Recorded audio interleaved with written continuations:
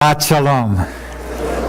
It's a pleasure this morning to turn to the book of Acts chapter 16 and continue in our journey through this tremendous account of what God did in those early days through his Ruach HaKodesh, as the Ruach HaKodesh worked among the people of Israel and then expanded and worked through and to the nations round about. Avinu Shava Shamayim, we thank you for the opportunity to study your word, to get to know you more, to get to know you better, to grow in our love, and to grow in our devotion to you. We pray, Lord, that you might speak to all of us this morning through your word. In Yeshua's name, amen.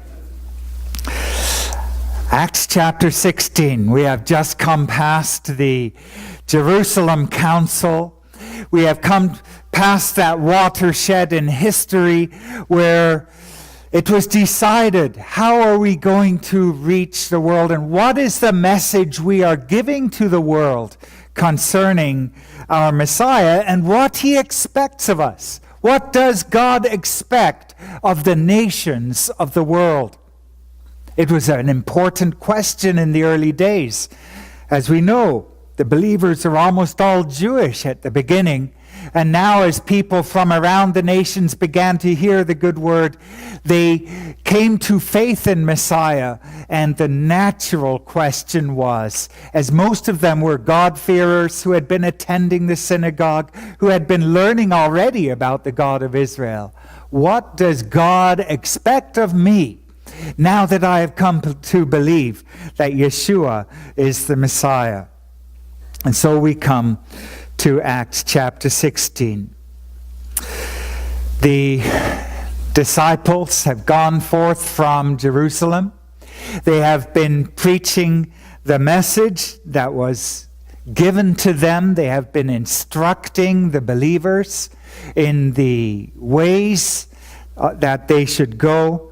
There has been far more that has been given to them, we are convinced, than just the 4 stipulations given in Acts chapter 15, because there is a time that it takes for them to explain this to these believers. And so at the end of chapter 15, we read that Shaul selected Silas and went out, being entrusted by the brothers and sisters to the gracious care of the Lord, and he went through Syria and Cilicia, strengthening the communities. His friend Barnabas, due to a disagreement, not necessarily an estrangement between the brothers, but a disagreement, went to Cyprus with Yochanan Mark. And so we read in Acts chapter 16, now Paul came to Derbe and Lystra. There was a disciple there named Timothy, son of a woman who was a Jewish believer and a Greek father. As Paul goes out, he is now beginning to meet new people. And we are going to see a question arise in the first 15 verses of this chapter that we will address this morning, of what is it to be a disciple of Messiah. He came to Derbe and Lystra, and we saw the other week the map. They're in southern Turkey, or what is southern Turkey today.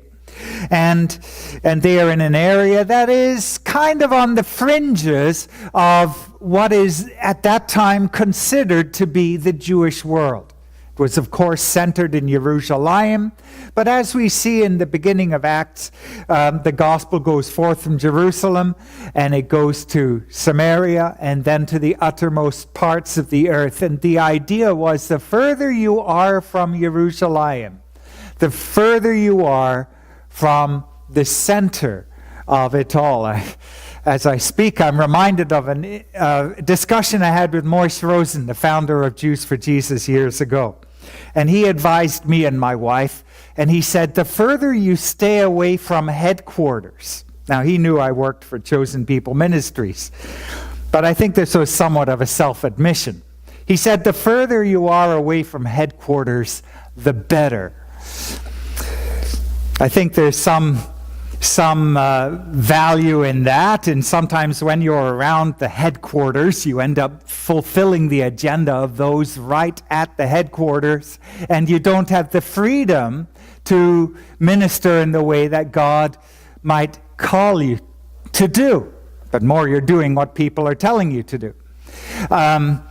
Here, in the early Jewish world, when you were in Jerusalem, you were deep in the Jewish world. But as you went further away, there was more freedom and there was more interchange with the world round about. Whereas in Jerusalem, Jews were by far the majority. In the hinterlands, they were the minority. And this brings us to Timothy, son of a woman who was a Jewish believer and a Greek father. He was well spoken, we read. So he's a young man. We don't know how old. Some people speculate he's in his late teens. But there is one thing that is very clearly said of him. He is a disciple. In Greek, this is mathetes. It is the same word that is used in Matthew chapter 28 and verse 19. Because in that chapter, the Messiah tells his disciples, "Go therefore and make disciples," from that same word, mathetes, disciples of all nations, immersing them in the name of the Father and the Son and the Ruach HaKodesh. Make disciples. He never said, go and make believers. He never said, go and intellectually convince people. And he never said, go and start a new religion. What he said is, go and make disciples. And that's not to downgrade the importance of belief and faith, and it's not to downgrade his mother either, who is described as a Jewish believer, and a different Greek word, pistis, faith. She is someone who believes, and she is someone who has clearly raised him so that he might be a disciple. But there is something special about Timothy. His faith is one that has propelled him in a remarkable way into service and a following of Messiah. A Talmid, a disciple in that day, was someone who sat at the feet of their rabbi. Someone who would learn from every aspect of their rabbi's life. And in fact, that tradition of teaching continues to this day. And if you are going to go to Jerusalem, next to the Kotel, you can see the various yeshivas that are there, and they are only the tip of the iceberg, because there are now more yeshivas in the Jewish world than at any time in Jewish history. Places where leading rabbis are teaching their students, and students are not only seeking to get intellectual knowledge of the scriptures, of Talmud, of tradition, but they are seeking to learn from the very lives and personalities, the character of their rabbis. And so the character of a rabbi is something that is extremely important in Judaism. Timothy is not a disciple, a Talmid or mathetes of any rabbi other than Messiah, Yeshua. He is the fruit of what Messiah has said, go and make disciples of all nations. And he, right in the beginning of this chapter, highlights the importance for us, maybe, of being a disciple. You know, in kashrut, in Jewish kosher laws, there are very many different levels. It depends on whether you're Sephardic or Ashkenazi. It depends maybe on what stream of Judaism you are participating. If you're absolutely secular, You probably, like many Israelis, delight in transgressing all of the laws of kashrut. But beyond that, there is kind of a cultural level of kashrut that is observed, where people will avoid certain foods and will avoid mixing milk and meat. Another level is simply to follow, as we do in our Kehillah, the biblical commands without any elaboration at all. But many Jewish people follow a traditional level of kashrut, where they will eat only foods that have been approved to be eaten, and they will keep a kosher kitchen where meat is absolutely separated from milk products. There is a very careful separation, and food such as vegetables are very carefully washed to make sure that there are no insects in them, and so forth. But then you have a higher level, and we can thank maybe our Lubavitch friends for this phrase, where they often use the phrase, we serve a higher authority. We all serve a higher authority. But what they mean sometimes by this is they will go the extra mile. And they would be among those Jews who would go glatt kosher. So beyond eating kosher meat, their meat that they would use has to be glatt kosher. It's kashrut to an extra high standard. And if you are to take the logic of traditional Judaism, the more stringent your observance of God's commands, the more exemplary this must show your love of God to be, because you are willing to go the extra mile in serving Him. We're a little reticent because of Yeshua's commands and His instruction not to neglect the weightier matters of the law and not to strain at a gnat and swallow a camel. We're reticent to go down that extremely strict route. But on the other hand, we understand the difference between being a casual believer, someone who's just accepted faith in Messiah. And I'm not saying Timothy's mother was this, but there's a difference between that and being a disciple. And I know that each of us here want to be Talmidim, mathetes, disciples of Messiah Yeshua. We want to follow in His footsteps. We want to learn from His example. We want to live for Him and love our God with all of our heart, soul, and strength. It's not a game. And so Timothy is raised by his mother as a disciple. He not only believes, but he is passionate about that belief. He loves his God. He loves Messiah. And on top of it all, we read at the beginning of verse 2, he was well spoken of by the brothers at Lystra and Iconium. He has developed a good witness. People know this about him. He is a commendable young man. So we can ask, am I a Talmid? What is a Jew to do? We read in the next few verses. Verse 3, Paul wanted this man to accompany him, and he took him and circumcised him for the sake of the Jewish people in those places, for they all knew his father was a Greek. Intermarriage is nothing new. In Canadian history and American history, in North America particularly, but around the world, Jewish continuity has been a huge concern for the community. We've always looked at the rates of intermarriage that have traditionally been high in North America and wondered where the next generation is going to be.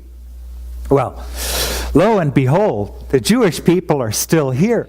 Our number is growing, and Canada's Jewish population is now the fourth largest in the entire world. Toronto first, Montreal second. It used to be Montreal first before the Québécois. But Toronto, then Montreal, and then a distant third, Vancouver, BC, where we are today. The Lord is preserving the Jewish people, and this is part of the secret.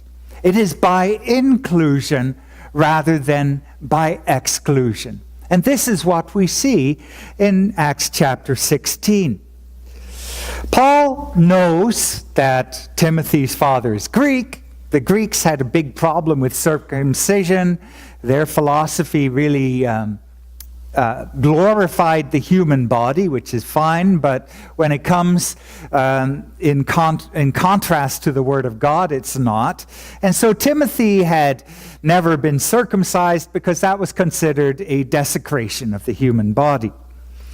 But Paul knows, everyone knows that Timothy's father is Greek, but they also know he's a Jew, and a Jew should be circumcised. And so Paul says, let him be circumcised. He takes him and circumcises him. And now he is going to be able, as a Jew, to minister in both the Jewish and Gentile worlds. He is retaining his identity. Paul could have taken the tack and said, oh, actually, his mother isn't Jewish. And you know the Jewish tradition that it is through the mother, he could have said, your father isn't Jewish. And you know the Jewish tradition that it is through the father, biblically, that a person is considered part of Israel. All the genealogies go through the father. That's the traditional ancient way.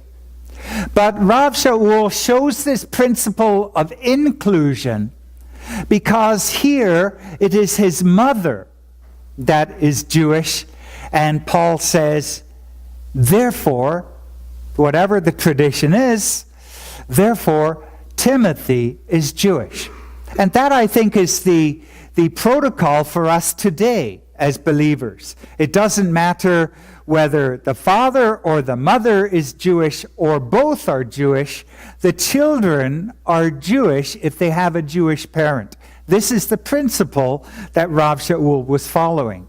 Also, Rav Shaul's principle here is backed up by the rabbinical choice centuries later. When Jewish people were greatly persecuted, there was a lot of pillaging, and sometimes there was abuse of the women by Gentile strangers. Sometimes you didn't know who the father of a child would be. And so going contrary to the biblical standard, which always goes through the father, the rabbis of the Middle Ages said, if the mother is Jewish, therefore the child is Jewish. In other words, if either parent is Jewish, the child is Jewish, whether it's through the father or through the mother. Today, that's grown to the extreme where if the father is Jewish but the mother isn't, rabbinical traditional Judaism will say that child is not Jewish. But that's not the principle of inclusion that was being practiced even in the early Middle Ages, because either parent defined who was a Jew. And so here is Timothy. He is being circumcised.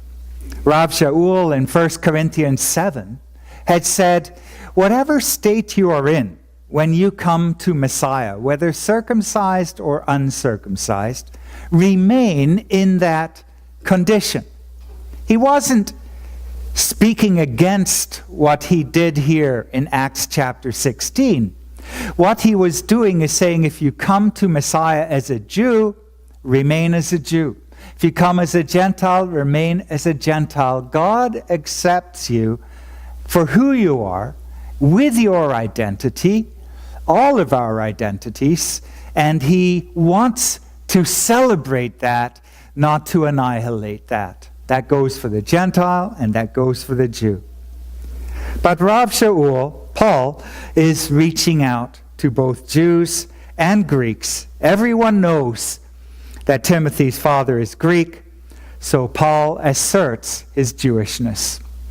This goes against the backdrop of Acts, because Acts tells us that one of the big controversies that Rav Shaul would be fighting the entire time of his ministry was those people who would be saying that he teaches against the customs of our fathers, against the traditions of our people. Here Rav Shaul is affirming the traditions of the Jewish people. He is affirming circumcision and affirming the Torah. And as Rav Shaul said, he who is circumcised is a debtor to keep the entire law. He was actually affirming Timothy's place within the people of Israel. So the first couple verses here tell us we're not all obviously going to have visions where God tells us what we ought to do. This is a crucial time in the history of the early believers, and the crucial time in the spreading of the good news of Messiah among the nations. But God does speak in a way that is clear. And so in the night, it is a vision, not a dream, but actually a vision, where Rav Shaul sees a man from Macedonia pleading with him. It's quite a moving picture, really. Someone in Macedonia, maybe someone that Rav Shaul eventually met, is seen in this vision. How does Rav Shaul know it is someone from Macedonia? We don't know. But the person is pleading. The person is reaching out. And he wants help. They need something. And this is the position of the world without Messiah. It is a world that needs this good news. And he says, help us. Come over. Help us. And Rav Shaul's reaction is very much like Abraham.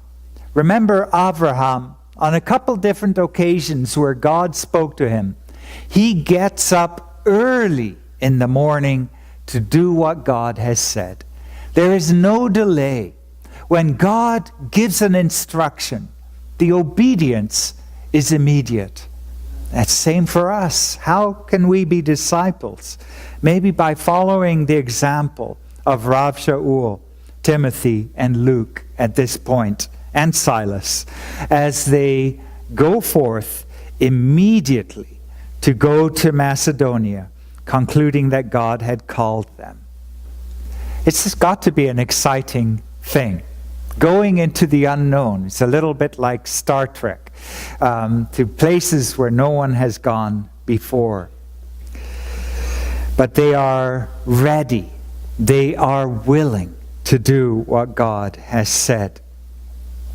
The place that they go to is Philippi, verse 11. So we put out to sea from Troas and made a straight course for Samothrace, the next day on to Neapolis, and from there to Philippi, which is a leading city of the district of Macedonia, as well as a Roman colony. We stayed in this city for several days. Philippi, that's a great name. Philippi, obviously the city's named after someone called Philip. Who is Philip? Well, Philip II was the father of Alexander the Great. They are now in Greek land. These people are proud of their ancestry. They're proud, as Greeks are today, of Alexander the Great and the great empire that he built in a few short years that went as far east as India. An amazing accomplishment. And the height of the reach of Greek power. So they have come to what is in some ways the Rome of Greece. Greece is part of the Roman Empire at this time, and in a sense you could even argue has conquered the Roman Empire culturally. After all, they're all speaking Greek in the Roman Empire. That's the language of communication, the language of learning. It's the language of the Brit Hadashah, the New Testament. It's all in Greek. And so now they are going to the heart of it. And God has brought them there. Rav Shaul might never have thought of this, but God has directed him. And now we can see how God is working, because Rav Shaul's plans were put on hold, on ice. But God had a greater plan, a plan that's going to result in the gospel spreading even further. Our God is a great God. So, what does Rav Shaul do? He's already said, I'm going to the Greeks, I'm going to the Gentiles, but he's a Jew. He's always going to the Jews. So on Yom Shabbat, verse 13, and I'm using, by the way, the Tree of Life version this morning, and other translations might say on the Sabbath day, or something like that. But in Hebrew we say Yom Shabbat. Today is Yom Shabbat, the day of Shabbat. On Yom Shabbat, we went outside the gate to the river, where we expected a place of prayer to be. So they're unfamiliar with the place. They've never been there before. But where would Jews meet? Wherever Jews are, even today, wherever there is a significant community, you have a mikveh. A mikveh is a place where you can be ritually cleansed from ritual impurities. That cleansing enables you to come into worship with clean hands. It enables you to touch a Torah scroll. It enables you to have intercourse. It's something that God gave to Israel so that they might experience in the physical world a symbol of the spiritual cleansing that he gives us to those who are of faith. And so they go to the river, where we expected a place of prayer to be, in a city that is too small to have a mikveh where you can be immersed. What do? You go into the river. The stipulation is that this has to be a body of living, not stagnant water. And a river is living water. Outside the gates is a more private place where you can immerse yourself. And so it was traditional in ancient days for Jews in small towns to go outside. They would have a place where they could immerse themselves outside the city walls. And so they sat down and began speaking with the women who had gathered. And this now is a little bit humorous, because who's appeared to Rav Shaul in the vision? It's a man. He arrives. There are obviously no men there. So who is he speaking to? It is a woman. Like I said, we don't know if he ever met this man, or if the man was an angel or something like that. But he goes and he meets the woman, and he begins to discuss. And they meet a woman named Lydia, a seller of purple cloth from the city of Thyatira, a God-fearer. And she was listening. And the Lord opened her heart to respond to what Paul was saying. God cares for us all. We're all equal. The message is for all of us. Rav Shaul doesn't seem disappointed that he didn't meet the men of the Jewish community. That community may have been far too small. And maybe the ladies were more faithful and more persevering in prayer than the men were in that place. Just as Timothy's mother, someone who was faithful and raised her son to love the Lord. And we read that the Lord opened her heart. She had an open heart. She was a God-fearer. She wasn't even someone Jewish, but she was in the place where the Jews were. She was there because she loved the God of Israel. She wanted to draw close to him, and this was a place where she could do it. She wanted to respond, and God opened her heart. And then we read in verse 15, when she was immersed, along with her household, she urged us. Where was she immersed? Obviously, right there. This was the place of immersion. Now she was being immersed not simply for the impurities of the flesh, but she was being immersed because of her love for Messiah. She was willing to take a step that would separate her in many ways from her Greek society.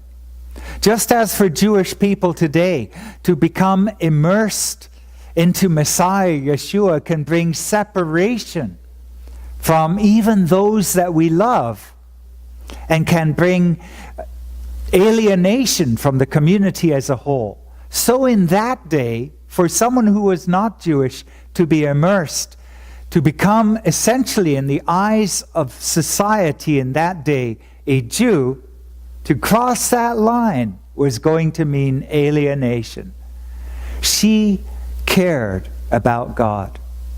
So God had done something remarkable. He had closed a door for Paul, and he had opened something else. We don't always know the wisdom of God. We don't always know which way God is working.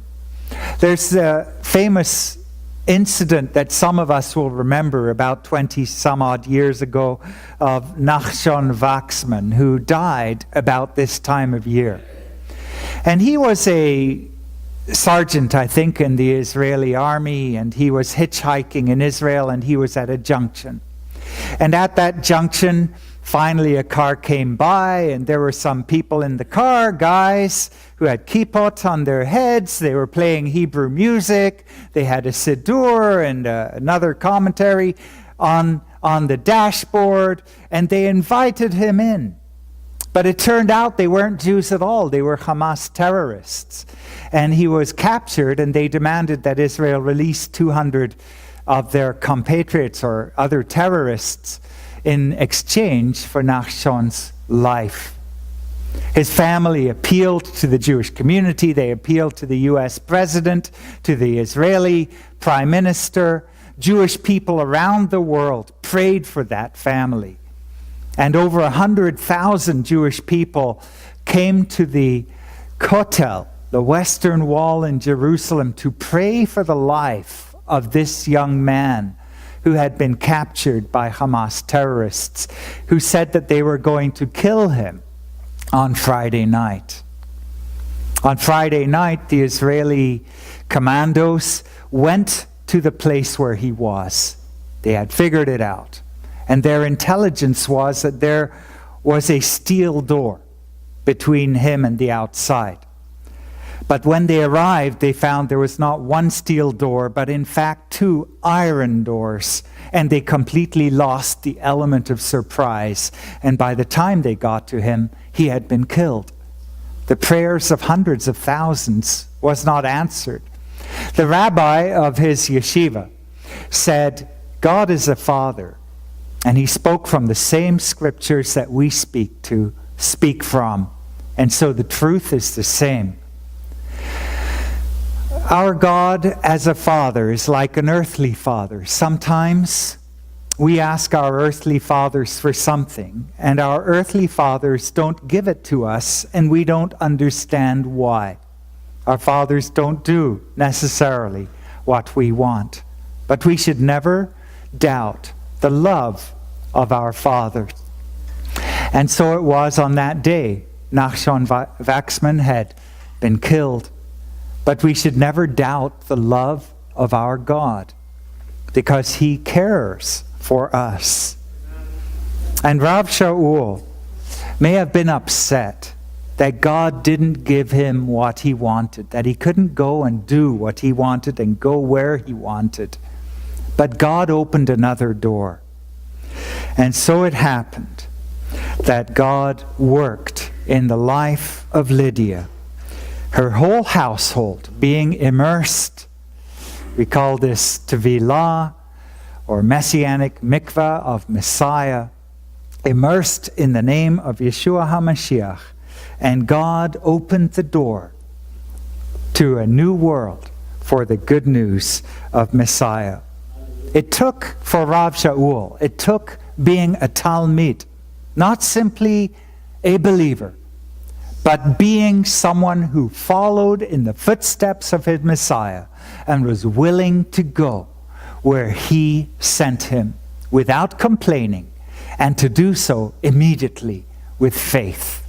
And may we be those who follow our Messiah's example, to always do what the Father tells us, to always obey him and follow in his footsteps.